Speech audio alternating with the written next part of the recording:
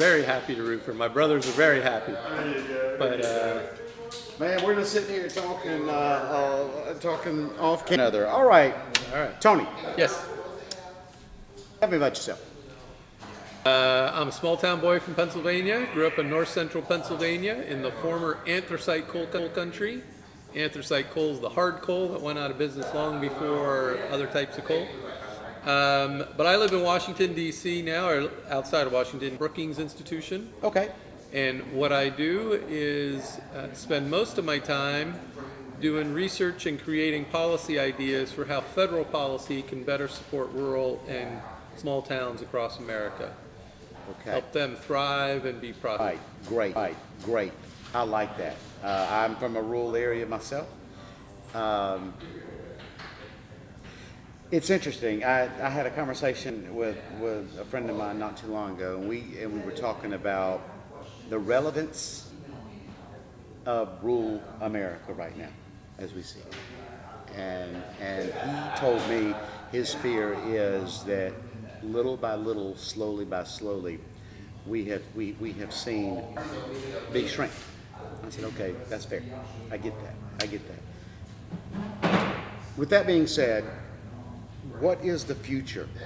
If you could say, okay, are we in a good spot in rural? Where do we go here? And we're talking about everything. Like obviously we're talking about housing, but it goes deeper than that, as you well know. Where do you see the future heading in rural America? Well, let's just start with a snapshot of where rural America is right now. Let's do it. Okay? And the picture's kind of mixed. Like most people will think of rural and they'll think of decline. Okay? Okay. And there are definitely Some examples. There's definitely, 85% of the persistent poverty counties in America are rural.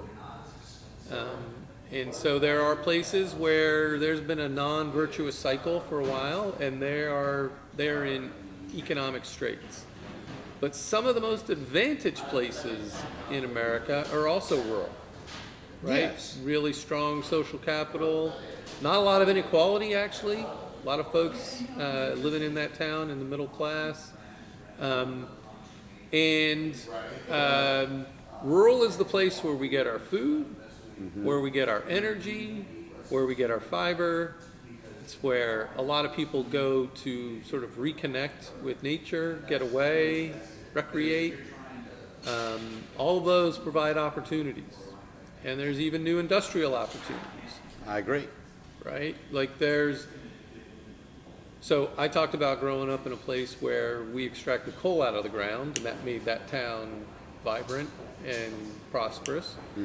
But even as we switch to other energy sources, new energy, wind, solar, batteries, all that's coming from rural as well. So Absolutely. that's an opportunity for rural. When you think about AI, on one hand, many rural places might not be really well positioned to take advantage of the technology. So we've got to get ready for that. But on the other hand, the data centers that are going to run AI, those are predominantly going to be in rural places because they need land, they need water, they need energy. So you've got sort of It's a little bit of a balance. You got to balance, yeah. You got a balancing act. Exactly. Where I see rural America is like, okay, I'm from a community that no matter what happens, it's going to be tied back to textile. Uh-huh.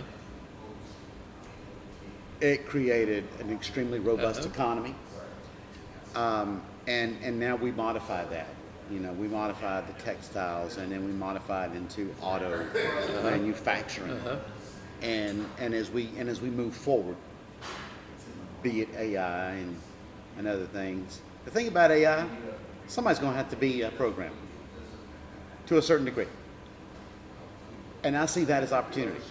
I see that as significant opportunity. And I totally understand the numbers are going to tell you, yes, a lot of your rural America is in decline. But now we're doing this podcast in the great city of Opelika, Alabama, which is technically considered rural. It is. The fabric of it is rural, but it is a community that is doing extremely well in rural America. And why is that? Because people move here, because of the educational system. People want to send their kids to a strong educational system. People want where there's opportunity in their market. So this is an example of a rural community that is doing well, and I would dare say thriving. And then you see the flip of the coin in some of the other rural areas. So my question to you is this: how do we get the majority of our rural areas, the ones that that are on the other end of the spectrum, how do we build them up? So if you've seen one rural town, you've seen one rural town. Correct. So there's no silver bullet, No. but there are a lot of common themes.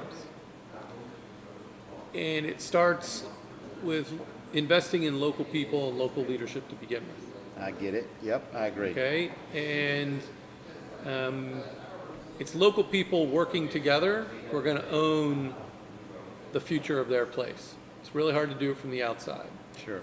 but you can provide the investment and support from the outside for those folks to be successful. Generally, they are using the assets that they have in their community. Might be natural asset, might be great bones of buildings like here where we are in Opelika, might be quality of life, and you talked about the educational system in Opelika.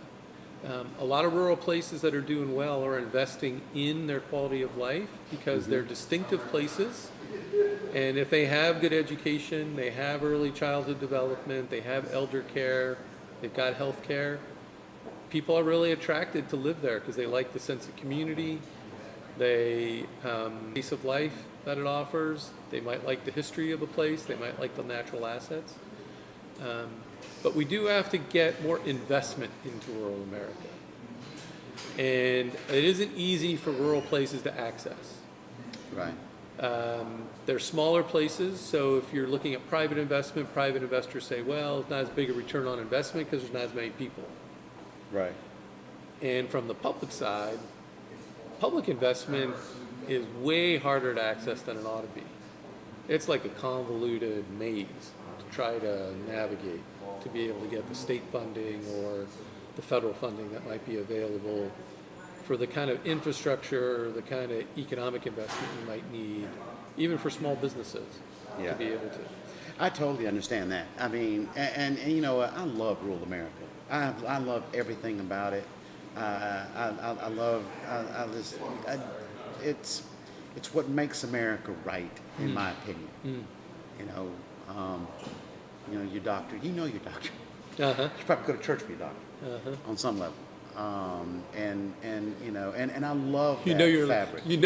you know your city council folks too because they're shopping at the grocery store right next to you. All day, every day.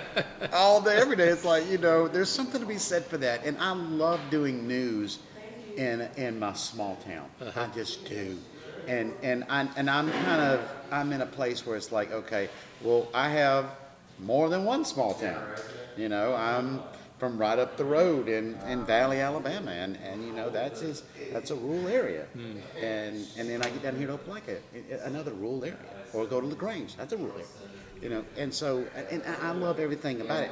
And I'm glad to hear you say that it's not as gloom and doom as some would paint that picture out to be, because yes, it's struggling for the majority, but there's opportunity too. Oh, sure. And we just have to embrace opportunity. And I'm so glad to hear you say that, because I do believe there's opportunity.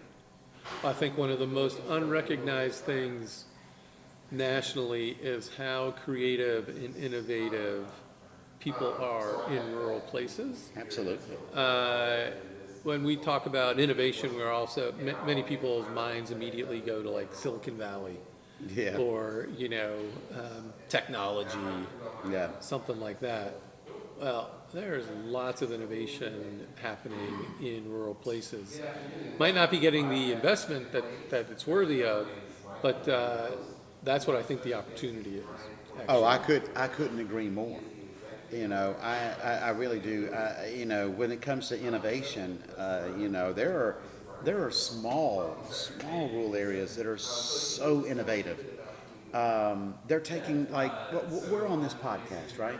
And there's so many. Everybody in a rural area has got 1, 2, 3, or more people that are doing this. Now, me and you were close to the same age, so we come up in a time when the radio station Oh, yeah. was driving that wagon, and now you're seeing people, and that's innovation, and it's only going to get stronger, in my opinion.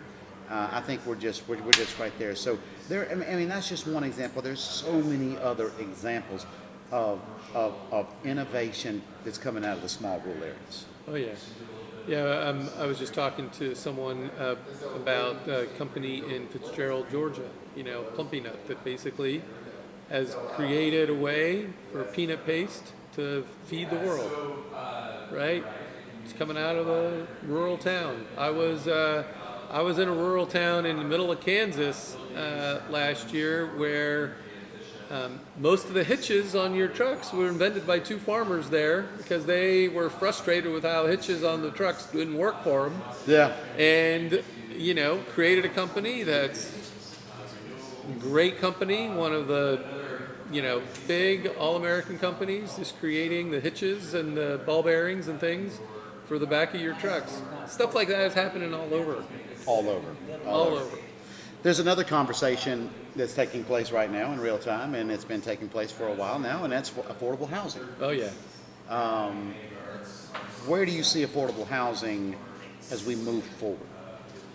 So, from my perspective, actually, the need for affordable housing in rural places is one of the most underreported I agree. stories in America. People tend to think about affordability in cities, and it is, it is a crisis in cities as well, but it's everywhere, and it's rural places as well. And it's, there hasn't been a lot of new housing built in rural places. That's part of the pressure on the market. Sure.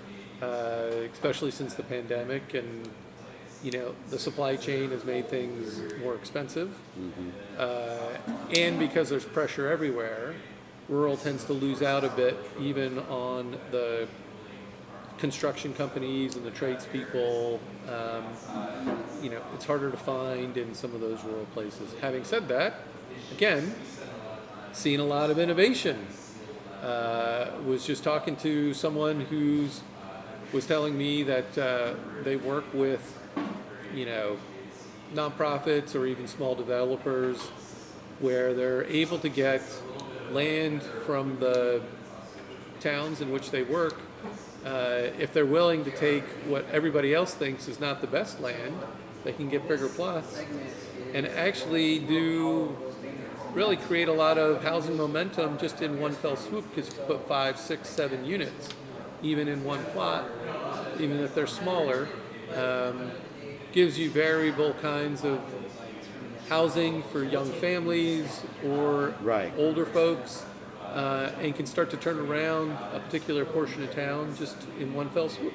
And it begins with the conversation that leads to programs, that inevitably leads to the innovation. So I think it's great that we're having these conversations. And look, no matter where you are, and I get it. A lot of times, I guess I'm somewhat guilty of this. When you're in rural towns, you think, you know what, I'm just trying to make it on my own here. Uh-huh. Nobody gives a rip, but that's just not the case. No, it's not. And I think you're seeing that. I mean, even right now, I guarantee, well, I don't guarantee, you know more than I do, but there's conversations probably being held right now. Oh, there's conversations in Washington, D.C. being held. In fact, Yeah, there's exactly. good. There's been bipartisan legislation that's been put together for rural housing specifically. I agree, and I think that's tremendous.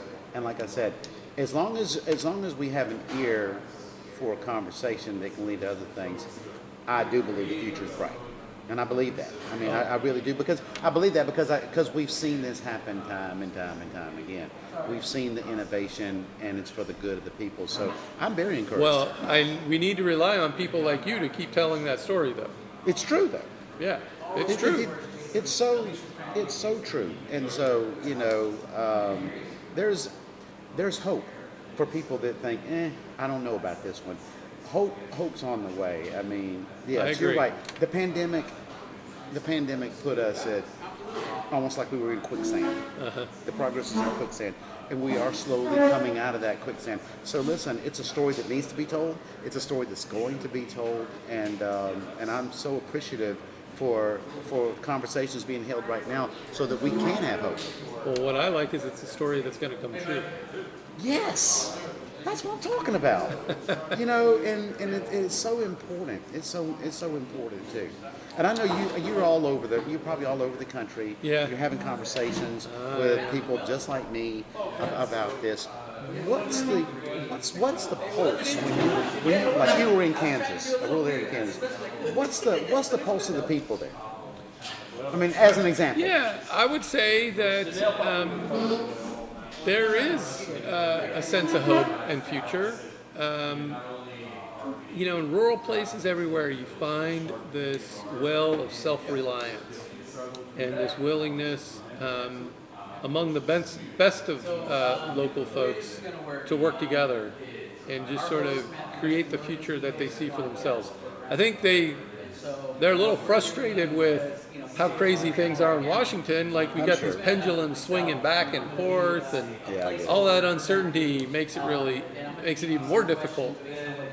But for those that really love their place, they got a belief that their place is going to thrive in the 21st century, and they're willing to do whatever's necessary to make it happen.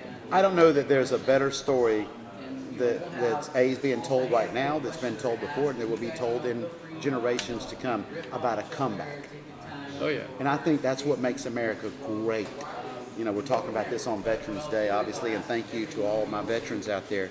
But the comeback, there's nothing like it. There's nothing like saying, and then feeling inspired and say, okay, hope's on the way. And I think that's America's story. That's why we call it the Rural Renaissance Roadshow. That's what I'm talking about. Way to do it. Way to do it. Way to do it. Hey, listen, where can they find out more about you, about your organization, and everything?